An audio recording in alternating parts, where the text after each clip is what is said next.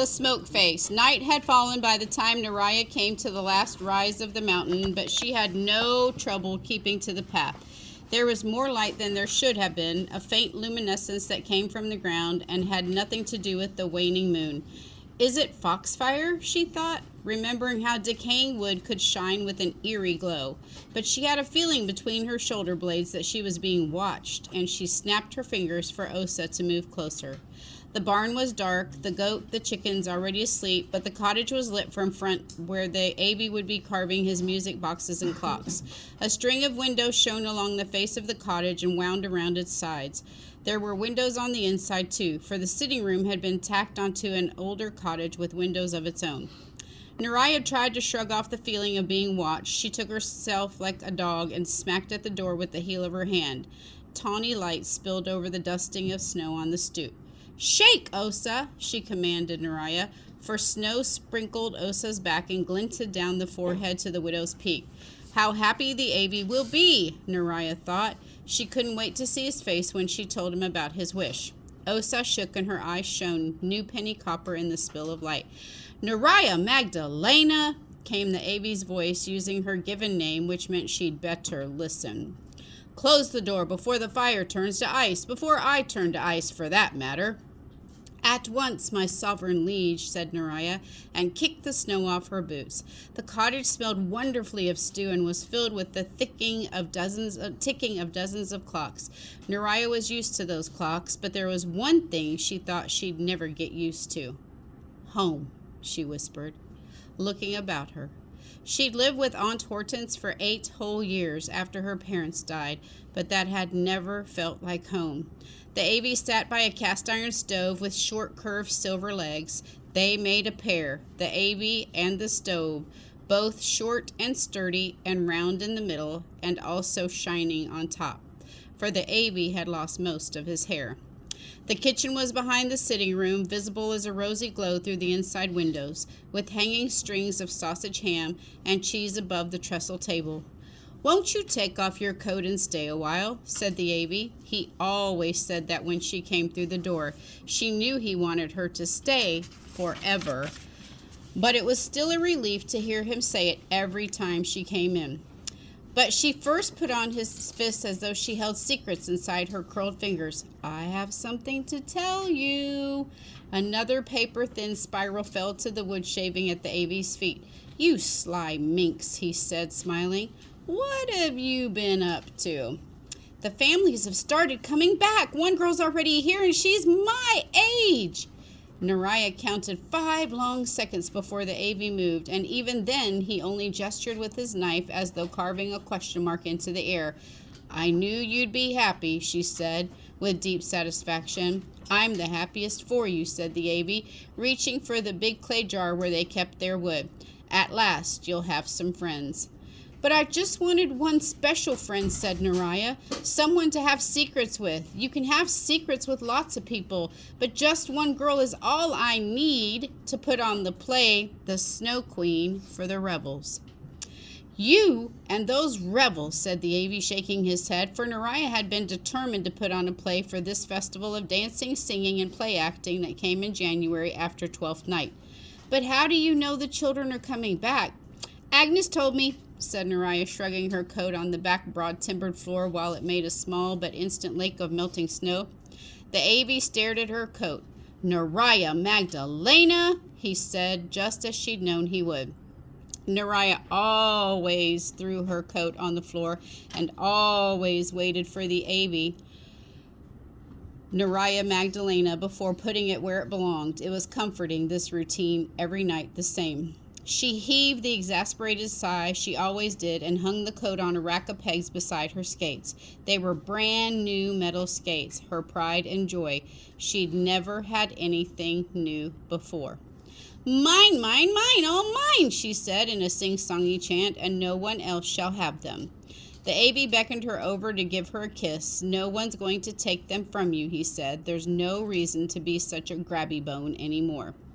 Naraya draped herself over his back and leaned into his cheek against his shoulder, smelling the hickory smoke that lingered in his coarse wool shirt. Avie, she said, struck by a sudden thought. We were talking about your wish to bring the families back. You made the wish this morning, but Agnes's third rule is that you can't talk about it for a month. The Avie tried to fidget a log into the stove and swore beneath his breath. I wondered what happened about that, he said at last.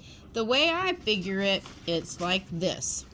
If someone already knows you made the wish, then you can talk about it with them. Do you know what I'd like? Said Neriah, lifting her head and rubbing her cheek. She leaned so hard the Avie shirt had printed tiny dots on her face. I'd like Aunt Hortense to make a wish for more wishes. You don't really mean that, said the Avie, because that was a terrible fate to hope for anyone. The next person who made a wish for more wishes would replace Agnes, the guardian of the well. And then they'd have to be the guardian until someone else made the same wish. That could be years, decades even, because every villager knew better than to make that wish, and every villager also knew better than to tell the outside world anything about the magic of the well. I do so mean it, muttered Neriah, but then to distract the Avie, she added quickly, I have a description for you.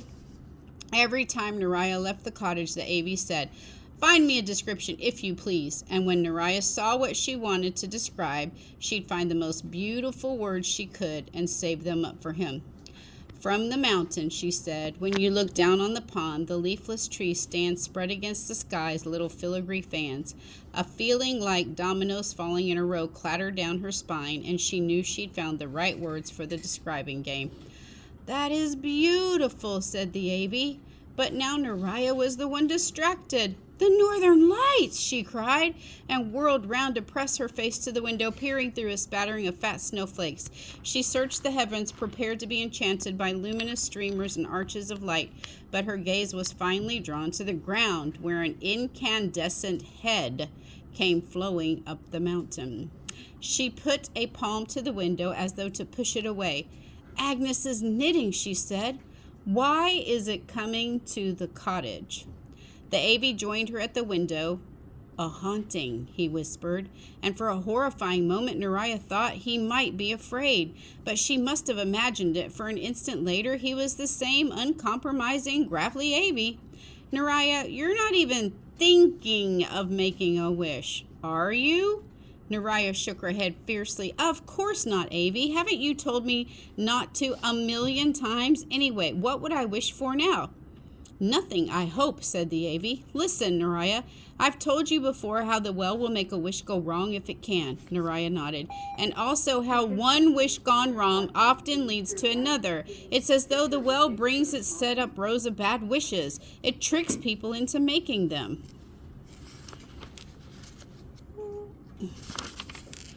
I know all that, said Neriah. Why are you telling me? You also know, I think, that usually the guardians smoke things just melt away, but here's something you might not know. Watch out when they don't and they begin to follow you. That means you're next in line to make a bad wish. But wouldn't that warn you to not make the bad wish, said Neriah? And if the well's really trying to trick you into making a wish, why would it warn you not to do it at the same time? Maybe because it's too easy to trick people, said the Avie. Maybe the well needs more of a challenge, like a very strong horse running with extra weight so that it won't win the race too easily. Or maybe it's just to frighten people into doing something foolish. We can never really know. Now listen carefully. It's clear, isn't it, that the wish gone wrong that made the children vanish made me wish for the families to come back. Neriah nodded. What if the well is setting up a chain of bad wishes? Supposing my wish went wrong and is leading you to a bad wish. Because the smoke thing's following me? Exactly, said the Avie, because the smoke thing followed you. Neriah felt rather unreal and dreamy, as if she'd been awakened in the middle of the night to talk about this. But your wish didn't go wrong. Agnes said Caddy Winter's already back. The guardian can never lie, said the Avie slowly, but you must promise me faithfully to stay away from that well. I don't want it to trick you into making a wish. It can't trick me, but Neriah promised anyway, spitting on her finger and crossing her heart. That's what everyone thinks, said the Avie. So see that you stay away. Now it is time for Padillo Palm. In answer, Neriah made her fists of her hands and held them in front of her. The Avi did the same, so that his broad brown hands were squared off against her small white ones. Neriah had never told the Avi she knew she could determine who'd win the game of Padillo Palm. The winner got to choose the song for the singing time they had every night. It was more exciting seeing whether he'd let her win than letting luck make its more capricious decisions.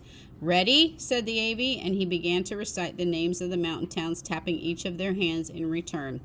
They're playing like 1 potato, 2 potato, 3 potato, 4 basically.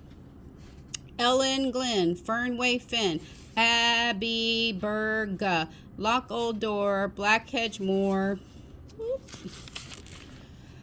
Cliffs of Berga, Padillo Palm, Padillo Palm, Padillo, Padillo, Padillo Palm. And one last palm, the Avi tapped Neriah's hand. "I won!" she cried. She paused, pretending to choose a song, but she actually had her choice already since the Avi usually let her win.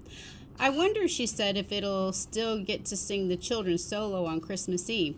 She'd sung it last year during the Christmas Eve caroling on the common, but then of course she'd been the only child in town. "Let's worry about that when the time comes," said the Avi. "Do you have your song?" "Darling Johnny," she said at last, naming a melancholy song with old-fashioned words she liked to roll around in her mouth. Something still shone too brightly from outside the window, but Neriah turned her back on it boldly, knowing the Avi would protect her if it seeped through some careless crack in the cottage.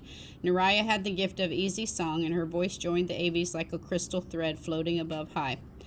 "And it's where have you gone to, my Johnny, my darling? Where is your spirit gone roaming, my darling, my aim? They say the maid from the cities bewitched you.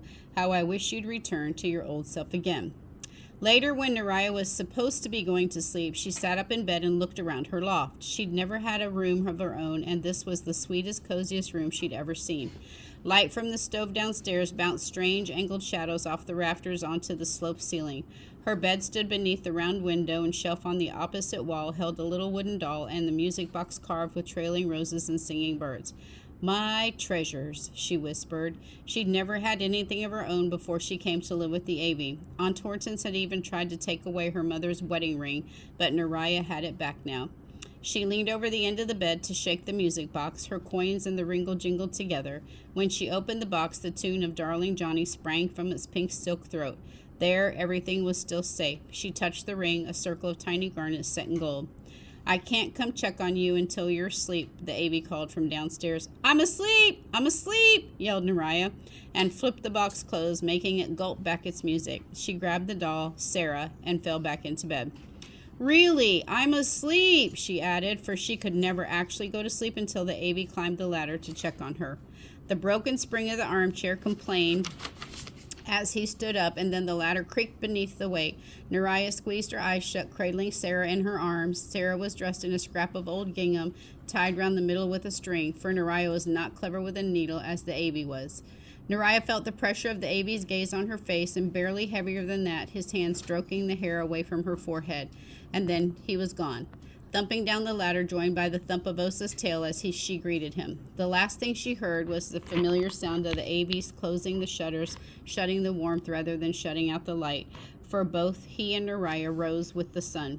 At midnight, Osa sprang from her dog's light sleep when a gleaming mass of white poured itself into the cottage. Osa leapt for it, but it soared far above her head. She hurled herself onto the ladder, snapping and barking and stretching her long wolf body toward the top. The Avi rose to check on the commotion, but the gleaming mass was already hidden in the loft, shifting here, stretching there, turning into a smoke face that watched the sleeping Neriah with burning green eyes. He chided Osa for raising a false alarm, and then stroked down her hackles and wondered aloud what she might have been dreaming. Osa did not lie down again. She growled deep in her throat, and for the length of that long winter's night paced helplessly at the bottom of the ladder. Neriah's sleep was troubled. She opened her eyes once, but they were filled with dreams and did not believe what they saw. She closed them again to dream of soldiers crushed by avalanches, of maidens frozen in blocks of ice, and she tumbled restlessly and tugged at the blankets to get warm, because she was chilled to the bone. The face was gone in the morning. Neriah awoke feeling frightened, and because of that, fierce and cross. Instead of bouncing down the ladder as she usually did, she lay in bed for a moment with Sarah digging into her side. The spider webs that laced the angles between the ceilings and the supporting beams were jeweled with little beads of ice that some things could have left behind.